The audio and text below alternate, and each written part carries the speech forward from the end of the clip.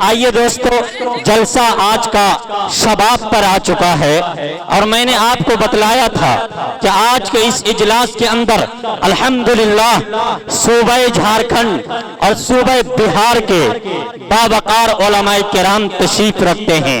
अल्हम्दुलिल्लाह कुर्बान जाइए इन उलमाए किराम पर कि अगर ये उलमाए किराम ना होते तो मैं तो फख्र के साथ कहता हूँ सिर्फ मुसलमानों का वजूद नहीं बल्कि ये उलमाए किराम ना होते तो ये मुल्क कभी आजाद ना हुआ होता। ये उलमा की कुर्बानी है, इन उलमाए किराम का देन है। इन उलमाए किराम ने अपना खून अपना पसीना बहाकर इस मुल्क को आजाद कराया है। इन्हीं का देन है आज हमारे सरों पे टोपियां हैं, इन्हीं का देन है आज अल्हम्दुलिल्लाह पूरे हिंदुस्तान के अंदर हम इस्लामी तशख़्ख़ुस के साथ जिंदा हैं। तो आइए एक ऐसी हस्ती से, एक ऐसे खतीब से आपकी मुलाकात कराते हैं जिससे मेरी मुराद पटना इमारत शरिया फुलवारी शरीफ के वो नायब काजी जिनकी शख्सियत और जिनका चेहरा खुली किताब है, चेहरा खुली किताब है, उन्वान जो भी दो, चेहरा खुली किताब है, उन्वान जो भी दो, जिस रुख से भी पढ़ोगे पहचान जाओगे। इससे मेरी मुराद हजरत अक़दस मुफ्ती वसी अहमद साहब कासमी नायब काजी इमारत शरिया फुलवारी शरीफ पटना हजरत कुर्सी खिताबत पर तशरीफ फरमा है। आप हजरत संजीदगी का माहौल बरकरार रखें और इजलास को समाप्त फरमाएं। अस्सलामु अलैकुम वरहमतुल्लाहि वबरकातुहू। जज़ाकुमुल्लाह, मैंने ले लिया, चलिए शुक्रिया। ठीक, अल्हम्दुलिल्लाह अल्हम्दुलिल्लाह नहमदुहु व नस्तईनुहु व नस्तगफिरुहु व नुमिनु बिही व नतवक्कलु अलैहि व नऊज़ु बिल्लाहि मिन शुरूरि अनफुसिना व मिन सय्यिआति अअमालिना मन यहदिहिल्लाहु फला मुज़िल्ल लहु मन युज़लिलहु फला हादिय लहु व नशहदु अन ला इलाहा इल्लल्लाह व नशहदु अन्न सय्यिदना व सनदना व नबिय्यना व मौलाना मुहम्मद अब्दुहु व रसूलुहु। अम्मा बाद, अऊज़ु बिल्लाहि मिनश शैतानिर रजीम, बिस्मिल्लाहिर रहमानिर रहीम।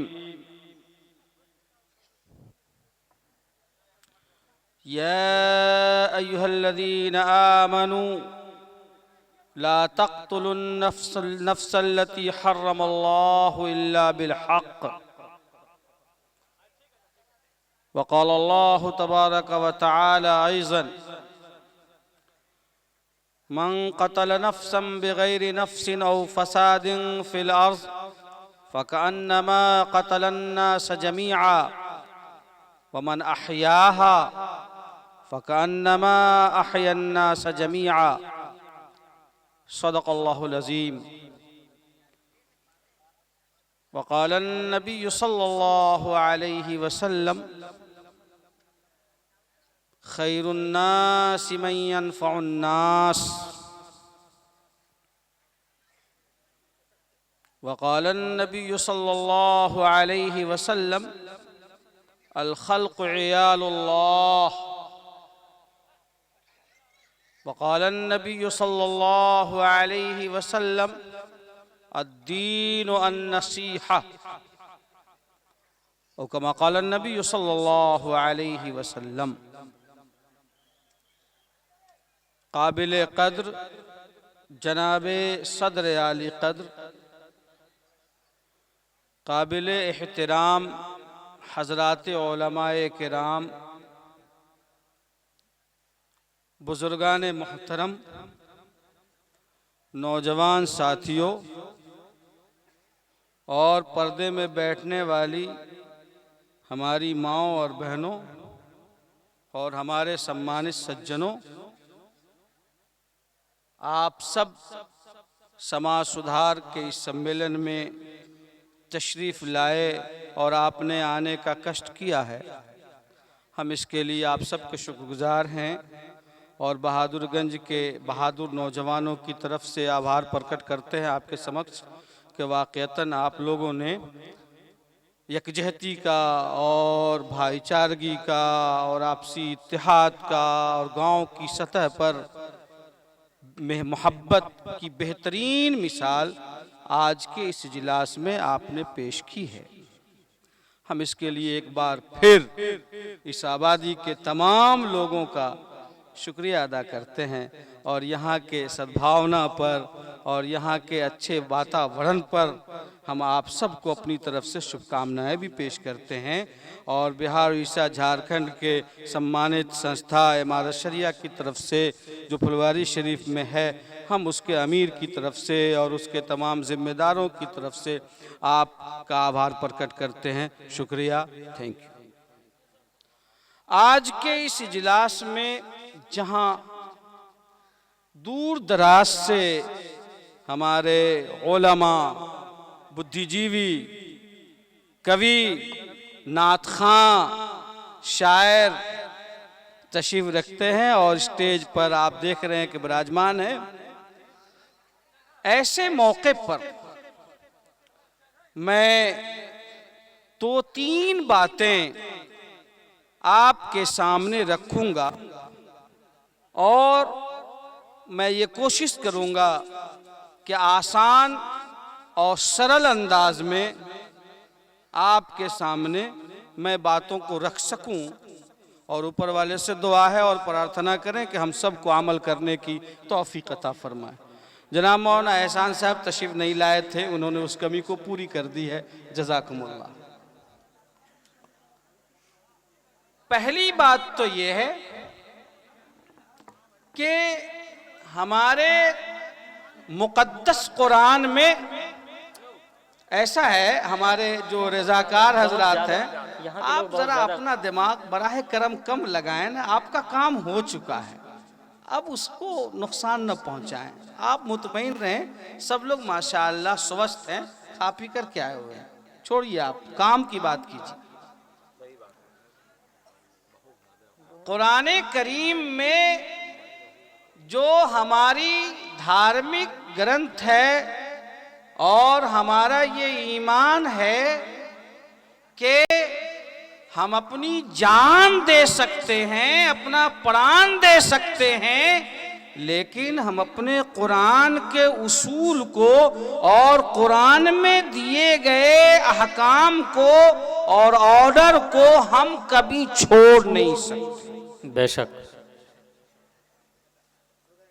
और असल वो है जो कुरान ने, होली कुरान ने कहा।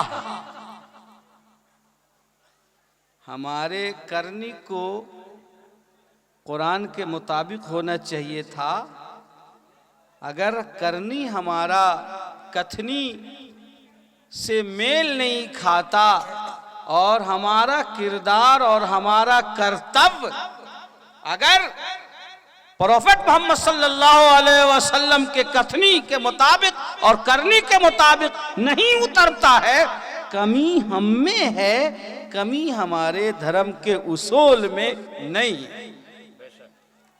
हम ये चाहते हैं कि पूरी मानवता और सारी की सारी इंसानियत जो एक माँ और बाप की संतान है,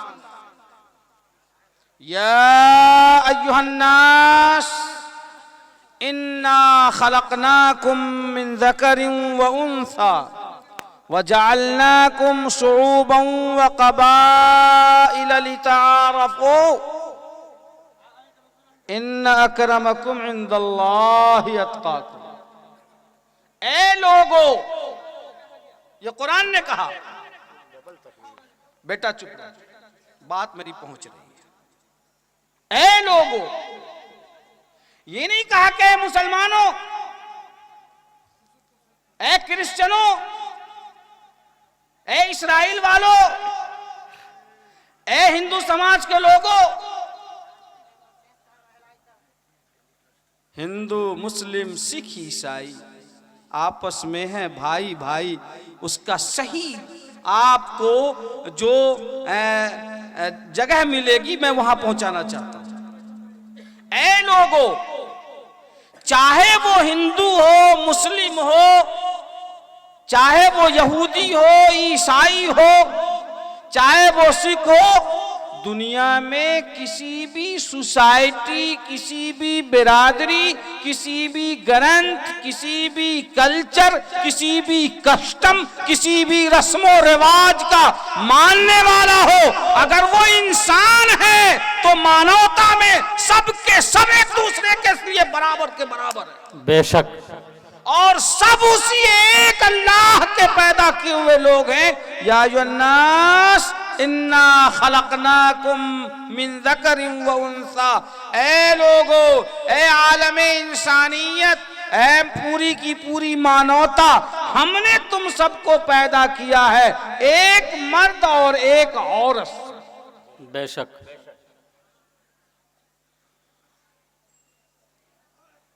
सवाल ये है कि और भी गम है दुनिया में मोहब्बत के सिवा। क्या बात है।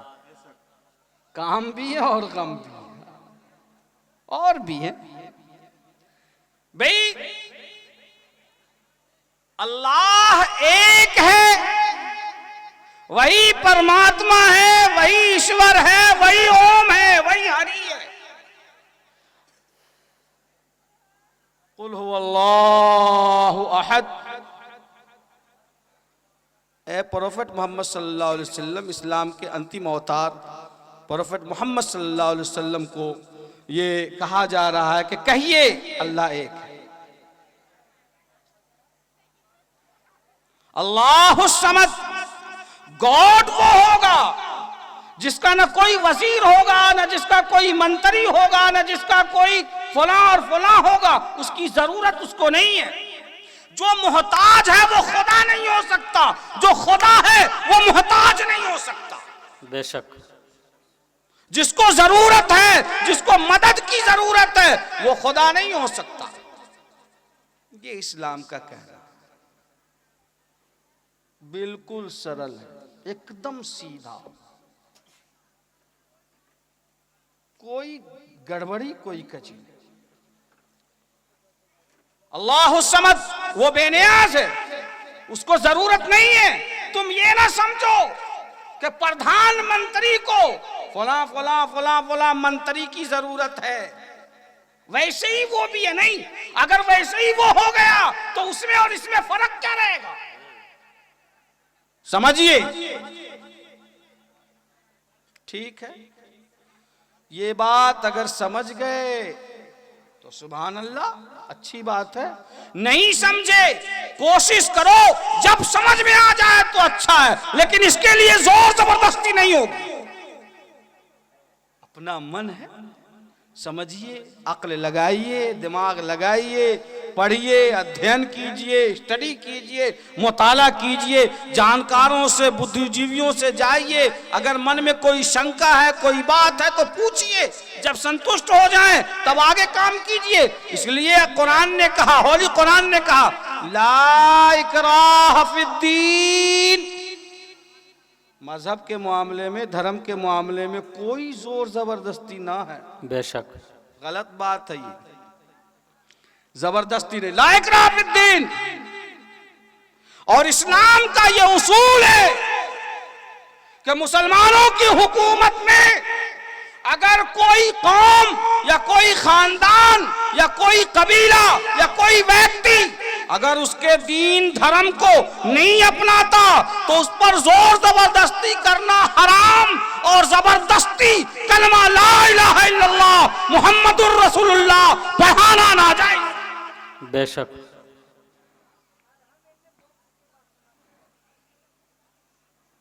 और चूंकि वो हमारी तरह मस्जिद में नहीं जा रहा है, इसलिए वो हमारा दुश्मन है। ये मन में लाना भी पाप है। हाँ, बात उसूल की है। ये मन में लाना भी पाप है, यही उसूल है और यही तरीका है और यही शरीयत का हुक्म है। तो आपकी हुकूमत, आपका वर्चस्व है, आपका शासन है, और वहाँ गरीब लोग हैं जो आपके धर्म में नहीं हैं, वो गैर मुस्लिम हैं, वो यहूदी हैं, वो क्रिश्चियन हैं, वो आग की पूजा करने वाले हैं, वो फलां और फलां समाज से हैं। तो क्या आपका कोई नौजवान उसके नौजवान के साथ ज्यादती करेगा? क्या उसका हाथ तोड़ देगा? क्या उसका सामान लूट लेगा? क्या उसका हत्या कर देगा?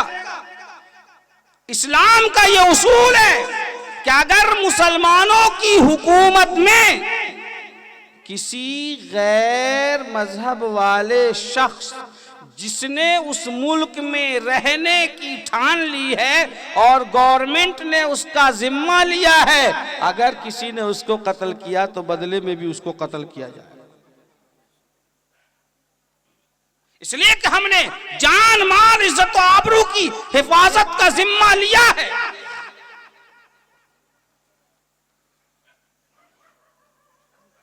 और ज्यादा दूर ले जाएं आपको तो बड़ी लंबी बात होगी और बहुत सारे मेहमानों को भी सुनना है। मैं सिर्फ मुल्क हिंदुस्तान की बात करता हूं। यहां की जो हिस्ट्री पढ़ेंगे आप, किसी भी लैंग्वेज में पढ़ें, तो मोहम्मद इब्न कासिम कहा जाता है कि उसकी उम्र आयु उस वक़्त 18 साल थी या 24 साल थी, दोनों तरह की बातें कही गई। बिल्कुल यंग, युवा। और वो वहां से अरब से आता है हिंदुस्तान, और उस जमाने के राजा दाहिर जो बहुत पावरफुल राजा थे उसको शिकस्त दिया है, सिर्फ इस बुनियाद पर कि उन्होंने किसी पर कोई जुल्म नहीं किया। मस्जिद तो मस्जिद बनवाई जब जरूरत पड़ी, और मंदिरों के तमाम पुजारियों और तमाम बाबाओं का उन्होंने बैतुल माल से, शाही खजाना से बाकायदा पेंशन और वजीफा जारी किया, जैसे मस्जिद के इमामों के लिए तनख्वाहें जारी।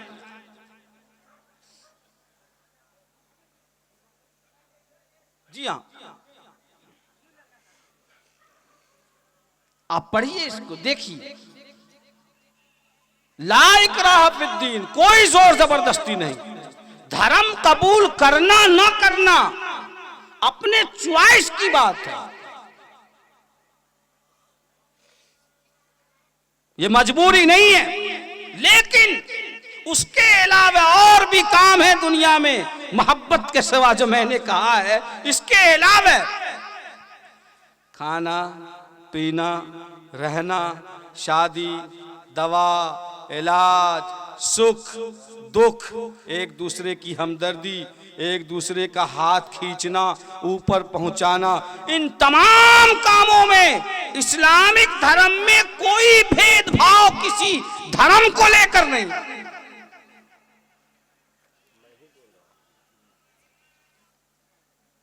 और हमारा ये उसूल है, मन कतल नफ्सन बगैर नफ्सिन औ फसादिन फिल अर्ज़, कि जिस आदमी ने किसी को, किसी जीव को, किसी जान का हत्या किया, मन कतल नफ्सन बगैर नफ्सिन, बिला वजह, आपका कुछ नहीं बिगाड़ा और आपने हत्या कर, जिसने भी, ये नहीं कहा गया कि मुसलमान ने हिंदू का किया हो या हिंदू ने मुसलमान का किया, ऐसा नहीं, जिसने भी किया, इंसान ने इंसान का किया। कुरान ने कहा मन कतल नफ्सन बगैर नफ्सिन, बिला वजह के किसी का हत्या कर दिया। उसने कोई फसाद नहीं किया था, उसने कोई जुल्म ज्यादती नहीं की थी, उसने कोई नंगा नाच नहीं नाचा था, बस उसको कत्ल कर दिया। कहा गया फकान्नमा कतलन्नास जमिया, उसने गोया के पूरी मानवता का हत्या किया। वो एक आदमी का हत्यारा नहीं है, पूरी मानवता और पूरी इंसानियत का हत्यारा।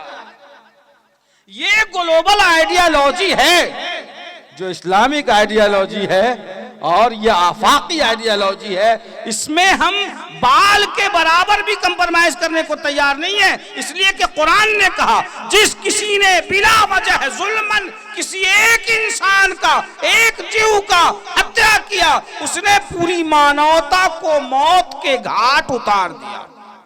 बेशक। अमन अहयाहा, और जिसने किसी एक इंसान की जान बचा ली तो गोया कि उसने पूरी मानवता को नई जिंदगी प्रदान की और पूरी मानवता को नई जिंदगी अता की। ये उसूल है हमारा और हम इसी उसूल के साथ जिंदगी गुजारते हैं। प्रोफेट मोहम्मद सल्लल्लाहु अलैहि वसल्लम ने फरमाया खैरुन्नास मन यनफउन्नास। ये एक थिंकिंग है, एक फिक्र है, एक कॉन्सेप्ट है, एक आइडिया है। आप देखिए क्या कहा प्रोफेट मोहम्मद सल्लल्लाहु अलैहि वसल्लम, याद करके जाइए सारे नौजवान दोस्त बतौर खास। फरमाया और आपका ये इजलास अल खिदमत फाउंडेशन, अल खिदमत, फरमाया खैरुन्नास मन यनफउन्नास, सबसे अच्छे लोग वो हैं। मैं जो इसका आपको तर्जमा कर रहा हूं इसका, आप देखिए इसको। सबसे अच्छे लोग वो हैं जो आम लोगों को फायदा पहुंचाने वाले हों। खास बात यह है कि ये नहीं कहा कि सबसे अच्छे लोग वो हैं जो अपनी कम्युनिटी को फायदा पहुंचाए। सबसे अच्छे लोग वो हैं जो अपने धर्म वालों का फायदा पहुंचाए, अपने मोहल्ले वालों का फायदा पहुंचाए, अपने खानदान वालों का नहीं। ऐसा नहीं कहा कि सबसे अच्छे लोग वो हैं जो आम इंसानों को फायदा पहुंचाएं। उनके नजदीक न तो धर्म की कोई दीवार हो, न बिरादरी की कोई कैद हो, न लैंग्वेज, जबान, रंग, नस्ल, इलाका, पार्टी, पॉलिटिक्स की कोई सरहद और सीमा न हो। अगर वो इंसान है तो इंसानियत की बुनियाद पर फायदा पहुंचाना ही हमारा धर्म है। बेशक बेशक। शब्बीर साहब हमारे अजीज गुफरान साहब ये समझें कि मियाँ जी को फायदा होना चाहिए ना, अल खिदमत फाउंडेशन रखा है और ये सोच कर काम किया कि सिर्फ मियाँ जी को फायदा करेंगे, उन्हीं को फायदा पहुंचाएंगे। उन्हीं के घर में बच्चा बीमार होगा तो हॉस्पिटल ले जाएंगे और उनके घर में किसी का चूल्हा बंद होगा तो उसी को 5 किलो चावल पहुंचाएंगे। हम समझते हैं कि ये धर्म के प्रक्रिया के खिलाफ है और ये आदमी धार्मिक नहीं समझा जाएगा। मेरी नज़र में तो ऐसी थिंकिंग रखने वाला अधर्मी कहलाएगा। अच्छा, ये बात नहीं है कि ये बातें मैं आपके स्टेज पर चापलूसी के लिए कह रहा हूं, मैं ये अपने मन से कह रहा हूं और ये सब लोग जानते हैं कि मैं ऐसे संस्था से जुड़ा हुआ हूं जिसकी बातों पर यकीन करना और मानना ये सब के सब लोग अपने दीन और धर्म का हिस्सा समझते हैं। बेशक। कहता हूं वही बात, समझता हूं जिसे हक, मैं जहर हलाहल को कभी कह न सका कंद। क्या बात है।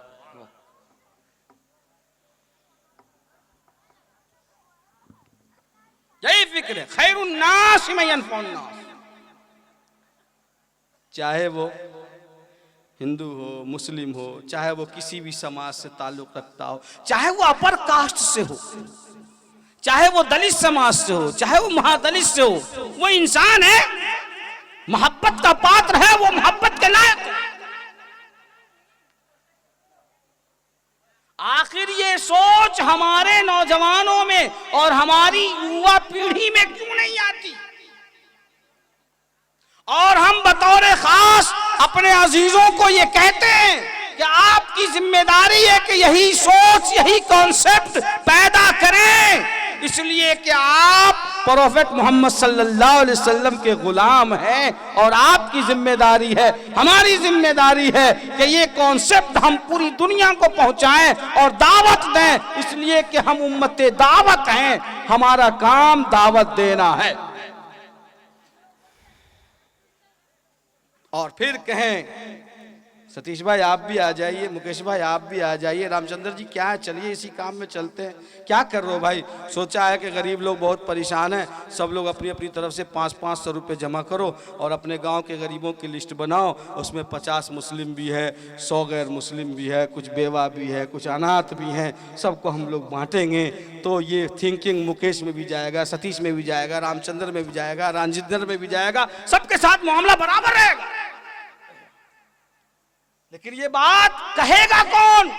और कहेगा इसलिए कि इसमें सवाब है, इसमें कामयाबी है, इसमें आपको स्वर्ग का रास्ता दिखलाने वाला काम है। आओ सब जुड़ेंगे, सब चाहते हैं कि पुण्य का कार्य करें और कोई ऐसा काम कर जाएं कि हमारे आत्मा को शांति मिले और हमारे परिजन और हमारे पूर्वज जो गुजर गए हैं उनके आत्मा को भी शांति मिले। ये उनकी सोच है और वो शांति के लिए अपने तरीके पर काम करते हैं। हम उनको बताएं कि खिदमत का काम क्या होता है और इंसानियत की बुनियाद पर मोहब्बत का काम क्या होता है।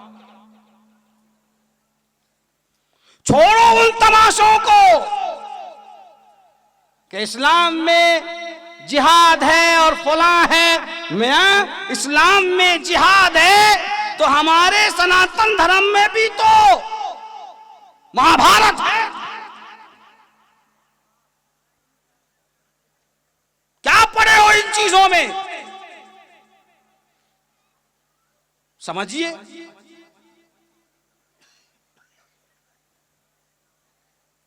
श्री राम जी ने जो एक सम्मानित और पवित्र बेटे की हैसियत से अपने बाप के मान सम्मान और आदर का पालन करने के लिए, उनके ऑर्डर का पालन करने के लिए वो क्या से क्या उन्होंने किया, जंगल में वनवास के लिए वो तैयार हो गए। लेकिन उन्होंने आखिर वो रास्ता कब इख्तियार किया जिसमें खून बहाना और बहाना पड़ा? और कीजिए। पकड़ने का दुम को पकड़िए, इसको मत पकड़िए। हाथ पकड़ के खींच के एक दूसरे को ऊपर कीजिए, पांव पकड़ के मत खींचिए कि नीचे चला जाए। क्या कहने हैं, बहुत खूब। ये आए जनाब, न ये वक़्त महाभारत के जिक्र का है और न गज़वे बदर और गज़वे हुनैन के तज़किरे का है। ये वक़्त कौम को और इंसानियत को, कौम के बिगड़े हुए नौजवान को इंसानियत की बुनियाद पर मोहब्बत के एक धागे में पिरोने का है। बेशक। जिनको कुर्सी चाहिए, जिनको हुकूमत चाहिए, जिनको ओहदा चाहिए, जिनको अपना मान और मर्यादा चाहिए, जो कौमों का खून बेचकर, इज्जत और आबरू बेचकर, गांव की झोपड़ियों को जलाकर, उसके राख का तिलक लगाकर मुल्क की बड़ी कुर्सियों पर बैठना चाहते हैं, हमारे नौजवानों से, बहादुरगंज के बहादुर लोगों से मैं प्रार्थना करूंगा, मैं हाथ जोड़कर विनती करूंगा आप सबसे कि आप अपने गांव को ऐसा बनाइए कि कोई भी जालिम आदमी हमारे भाईचारा को टस से मस न कर सके। हमारा उनके लिए हमेशा चैलेंज रहेगा कि आओ देखो बहादुरगंज की बहादुरी को देखो कि हम बैक वक्त धार्मिक भी हैं और बैक वक्त एक दूसरे के लिए, मोहब्बत के लिए, एक दूसरे पर मर मिटने वाले फिदाई भी हैं। आओ देखो हमारे यहाँ जहाँ एक ही दस्तरखान पर राजिंदर जी और हाजी साहब दोनों बैठ के खा रहे हैं और पंडित जी का बेटा और इमाम साहब का नाती दोनों एक दस्तरखान पे बैठ के खा रहा है। आओ हमारे गांव में देखो कि शब्बीर साहब के मकान से गिरने वाला पानी वो हमारे पासवान जी के आंगन से बह रहा है और पंडित जी के वो घर का पानी हमारे हाजी साहब के आंगन से नाला से गुजर रहा है, हमें कोई दिक्कत नहीं है। आज भी हमारा बच्चा जब गेंद खेलता है तो गेंद किसी के पूजा वाले रूम में चला जाता है, तो हमारा बच्चा उस रूम से जाकर और उसी चाची से गेंद लेकर वापस आता है। और हमारे नमाज के मुसल्ले पर हमारे राजेंद्र भाई का बेटा आज भी आके बैठ जाता है और हम प्यार से उसे पोता कहकर, भतीजा कहकर अलग करते हैं। हमारे दरमियान तो कुछ नहीं है, तुम्हारा पजामा क्यों ढीला हो रहा है, जरा तुम गौर करो। तुम्हें हमारी इज्जत से, हमारी मोहब्बत से प्यार नहीं है, तुम्हें तो अपनी कुर्सी से प्यार। नारे तकबीर, हिंदू मुस्लिम एकता, हिंदू मुस्लिम एकता। मुफ्ती वसी अहमद कासमी, ऐ मौजे बला इनको भी जरा, ऐ मौजे बला इनको भी जरा, दो चार थपेड़े धीरे से। कुछ लोग अभी तक साहिल से तूफान का नजारा करते हैं। क्या बात है, बहुत अच्छा।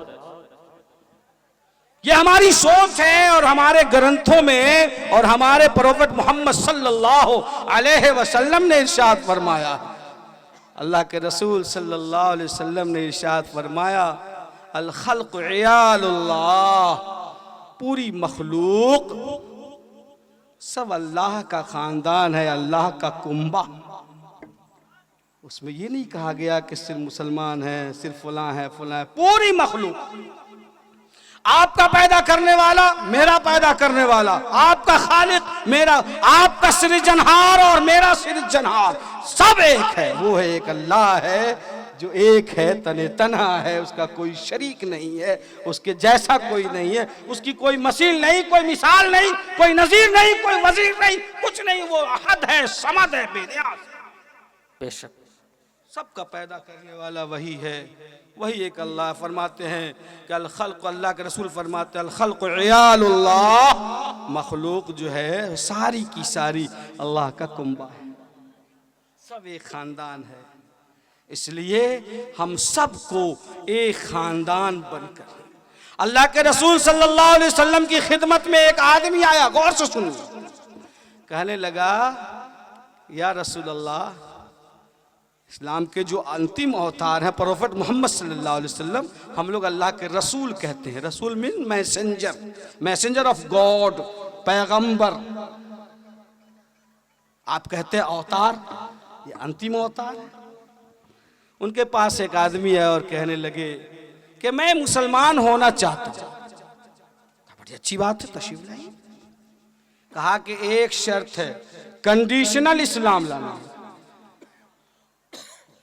क्या कंडीशन है? तो वो कहने लगे कि मैं मुसलमान तो हो जाऊंगा, लेकिन मुझे बलात्कार की इजाजत होनी चाहिए, मैं वो बुराई करूंगा,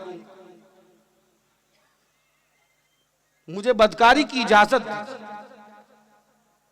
रसूलुल्लाह सल्लल्लाहु अलैहि वसल्लम खामोशी के साथ, इत्मीनान के साथ फरमाने लगे कि ठीक है, बैठो, एक बात बताओ। क्या बात है? कहा कि क्या तुमको ये बात अच्छी लगेगी कि कोई आदमी तुम्हारी माँ के साथ बुराई करे?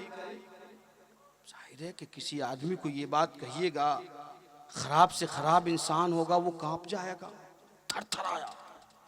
फरमाने लगे कि क्या तू इस बात को पसंद करेगा कि तेरी बेटी या तेरी बहन के साथ कोई आदमी बुराई करे, बलात्कार करे, ज़िनाकारी करे? बरंगेख्ता हो गया, मुश्तिल हो गया, उत्साहित हो गया वो, और वो कहने लगा कि ऐसा हो नहीं सकता, मैं उसकी गर्दन उसके जिस्म से अलग कर दूंगा। प्यारे आका सल्लल्लाहु अलैहि वसल्लम ने इरशाद फरमाया कि तू जिससे भी बलात्कार की इजाजत चाहता है, बुराई की इजाजत चाहता है, वो भी तो किसी की माँ है, वो भी तो किसी की बेटी है, वो भी तो किसी की बहन। फौरन वो शर्मिंदा हुआ और फौरन कदमों में गिर गया और कहने लगा, या रसूल अल्लाह, मैं तौबा करता हूं और फौरन आप मुझे मुसलमान कीजिए।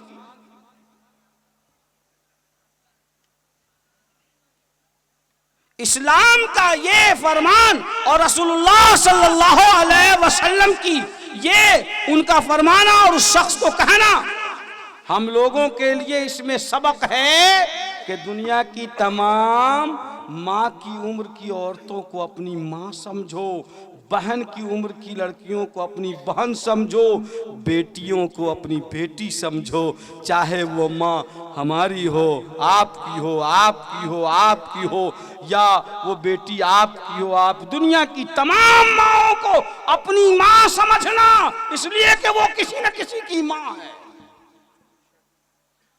अब जिस समाज में, जिस सोसाइटी और जिस मुआशरे में ये बात होगी कि आप हमारी माँ को अपनी माँ समझो और हम आपकी बेटी को अपनी बेटी समझें, हम आपकी बहन को अपनी बहन समझें, वो समाज कितना स्वस्थ समाज होगा, वो समाज कितना पवित्र और पाकीज़ा समाज होगा, आप इसकी कल्पना नहीं कर सकते, आप सोच नहीं सकते।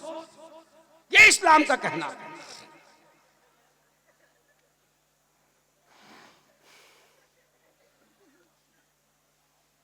अल्लाह के रसूल सल्लल्लाहु अलैहि वसल्लम ने न सिर्फ ये कि फरमाया, बल्कि आपने ऐसा करके दिखाया है। आज अगर मोबाइल के गलत इस्तेमाल और गलत प्रयोग की वजह से बच्चे बिगड़ रहे हैं, तो सिर्फ मियाँ जी के बच्चे नहीं बिगड़ रहे हैं, यादव जी के ही बच्चे बिगड़ रहे हैं, पासवान जी के ही बच्चे बिगड़ रहे हैं। याद रखिएगा, सिर्फ अपर कास्ट के लिए नहीं है कि लैपटॉप और कंप्यूटर से उनके बच्चे और बच्चियां बिगड़ रही हैं। आप देख लीजिए कि दलित समाज के ही बच्चों के हाथ में हमेशा मोबाइल है, और यकीन ना आए तो 11 बजे रात में गांव से बाहर जो छोटकी पुलिया है वहां देख लेना, 11 बजे रात में भी 10-10 लड़के दोनों तरफ से बैठे हुए गेम खेल रहे होंगे। हम ऐसा कॉमन मिनिमम प्रोग्राम बनाएं जो हमारे समाज के लिए इक्वल हो, चाहे वो मुसलमान हो या गैर मुस्लिम हो, चाहे वो अपर कास्ट के कहलाने वाले लोग हों या समाज के अपने आप को ये कहलाने वाले लोग हों, सब के सब इस मुसीबत में बराबर के शरीक हैं। इसलिए तो हम कहते हैं, अब मुसीबत खड़ी होती है कि जब हमारे बच्चे कंट्रोल से बाहर हो जाएंगे, जब हम सही तरबियत नहीं करेंगे उनकी, जब हम उनके एजुकेशन के वैल्यू के साथ साथ मोरल वैल्यूज का ख्याल नहीं रखेंगे, बता दीजिए हो गया, एजुकेशन के वैल्यूज के साथ साथ मोरल वैल्यूज का ख्याल नहीं रखेंगे, तो वो बच्चा भूल जाएगा कि ये बच्चा या बच्ची किसी मुसलमान की है या किसी गैर मुस्लिम भाई की है। वो भूल जाएंगे कि हमारे ऐसा वैसा करने से हमारे समाज में और आपस के वातावरण में क्या दिक्कत पैदा होगी, वो भूल जाएंगे। और साहब, क्या मुसलमान और क्या गैर मुस्लिम दोनों एक दूसरे के बच्चों और बच्चियों के साथ वो आपस में रंगरलियां मना रहे हैं, और हम आप यहाँ पर थमगुत्थी कर रहे हैं। ये सिर्फ इसलिए कि ना हमने तरबियत दी ना आपने तरबियत दी। याद रखिए, एजुकेशन का वैल्यू बढ़ रहा है लेकिन मोरल का वैल्यू गिर रहा है। और ऐसा एजुकेशन जो मोरल लेस हो, इस एजुकेशन से अच्छा तो हमारे पूर्वजों ही का जमाना था कि कम से कम एजुकेटेड तो उतने नहीं थे लेकिन मोरल ऐसा ऊंचा था कि 2 बजे दिन में भी कोई आदमी आ जाए तो 1 लोटा पानी और प्याली में कुछ मिठाइयाँ जरूर उनके सामने रखी जाती थी। ये मोरल की बात थी, ये वातावरण की बात थी, ये अखलाक की बात थी, ये समाज की बात थी। और आज हम बड़े से बड़े एजुकेशन के उस पे चले गए और हमने हायर एजुकेशन प्राप्त कर लिया, लेकिन हमें तौफीक नहीं मिलती कि हम अपने रिश्तेदारों के साथ वो व्यवहार कर सकें जो हमारे पूर्वज किया करते थे। ये समाज सारा का सारा तब ठीक होगा जब कॉमन मिनिमम प्रोग्राम बनाए जो इस्लाम ने कहा तरबियत के ताल्लुक से, मल्लम यरहम सगीरना वलम युवक्किर कबीरना फलैस मिन्ना। बस दो बातें कहकर अपनी बात खत्म करता हूँ। वो समाज जिस समाज में अपने बड़ों का एहतराम न हो, जिस समाज में अपने बड़ों का मान सम्मान न किया जाए और अपने छोटों से शफकत और मोहब्बत से पेश न आया जाए, वो समाज अच्छा समाज नहीं हो सकता। और वो कैसा मुसलमान होगा जो अपने बड़ों का एहतराम न करे और अपने छोटों पर शफकत न करे। बेशक मल्लम यरहम सगीरना वलम युवक्किर कबीरना फलैस मिन्ना। ये नहीं कहा गया कि समाज का वो बड़ा आदमी जिसका मान सम्मान करना है मुसलमान होगा तभी करेंगे, ऐसा नहीं है।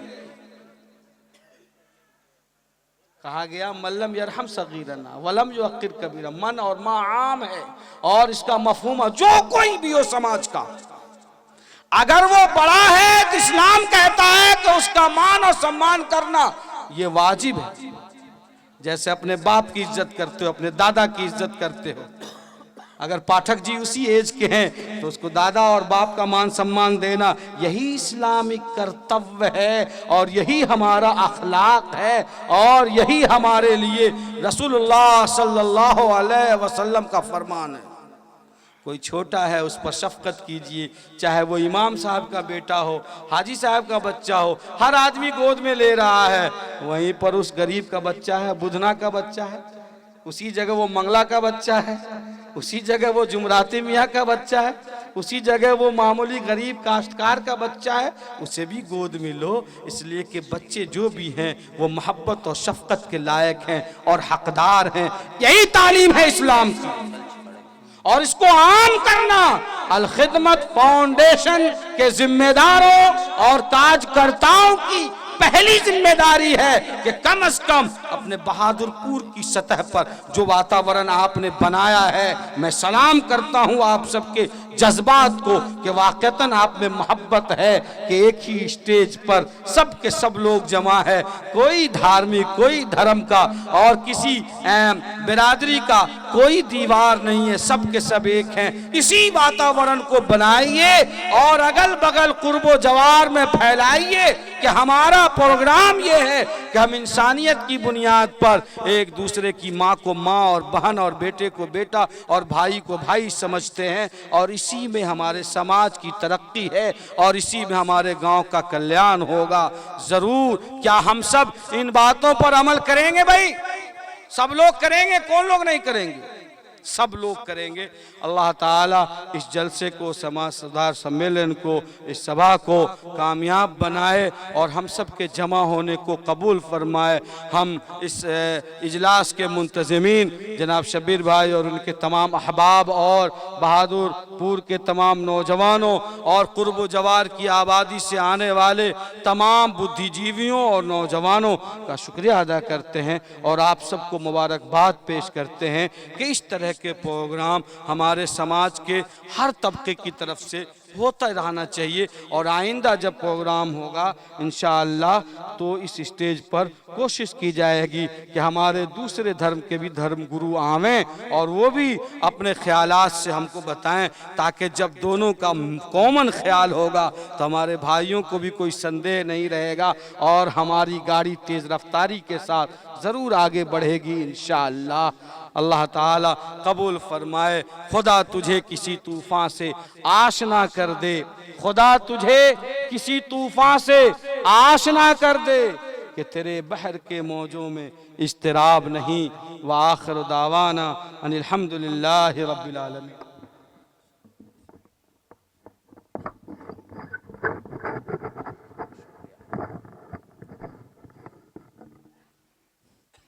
माशाअल्लाह, अपना तो काम है जलाते चलो चराग, अपना तो काम है जलाते चलो चिराग, रास्ते में खाह दोस्त या दुश्मन का घर मिले।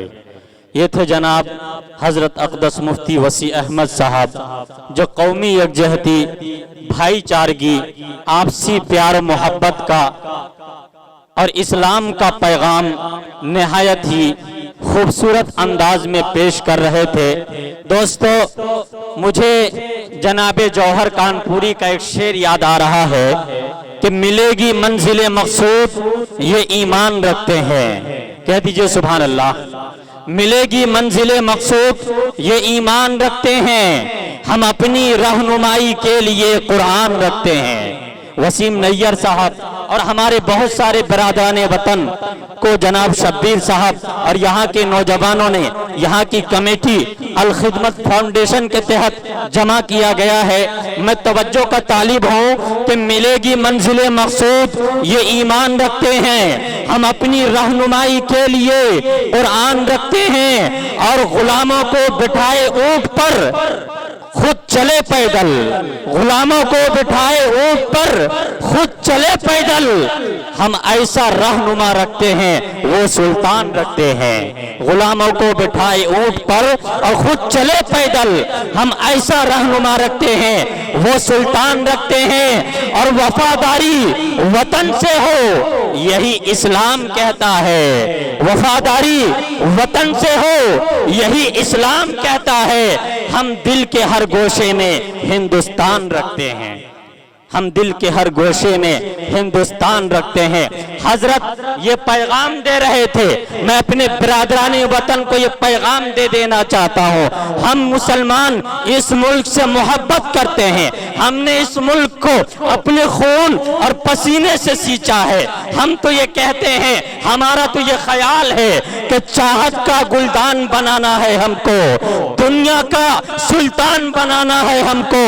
हर मजहब के लोग जहां पे खौफ जिए ऐसा हिंदुस्तान बनाना है हमको, ऐसा हिंदुस्तान बनाना है हमको। मेरे दोस्तों, हम आज जो यहाँ बैठे हैं, हिंदू हो, मुस्लिम हो, सिख हो, ईसाई हो, मुझे जनाबे मंजर भोपाली का वो शेर याद आ रहा है कि राम सिंह शेर खान कहते हैं, दो बदन एक जान कहते हैं। राम सिंह शेर खान कहते हैं, दो बदन एक जान कहते हैं। आज जो बैठे हैं मिलजुल के हम यहाँ इसी को हिंदुस्तान कहते हैं। आज जो बैठे हैं मिलजुल के हम यहाँ इसी को हिंदुस्तान कहते हैं। मेरे दोस्तों, ये मुसलमान इस मुल्क से सच्ची मोहब्बत करता है। गड़बड़ी कहाँ है, खराबी कहाँ है? दुआ दीजिए जनाबे राहत इंदौरी को, अल्लाह उनकी मगफिरत फरमाए। मुझे एक शेर याद आ रहा है, शब्बीर साहब अहले स्टेज से खुसूसी तवज्जो की दरख्वास्त कि खराबी कहाँ है। हम सब की तो ये तमन्ना है कि हमारा मुल्क हिंदुस्तान अमन और शांति का गहवारा बन जाए, लेकिन जनाबे राहत इंदौरी कह गए, उनका वो खूबसूरत शेर जहन से निकल गया। खैर, चाहत का गुलदान बनाना है हमको, दुनिया का सुल्तान बनाना है हमको। हर मजहब के लोग जहां बेखौफ जिए ऐसा हिंदुस्तान बनाना है हमको।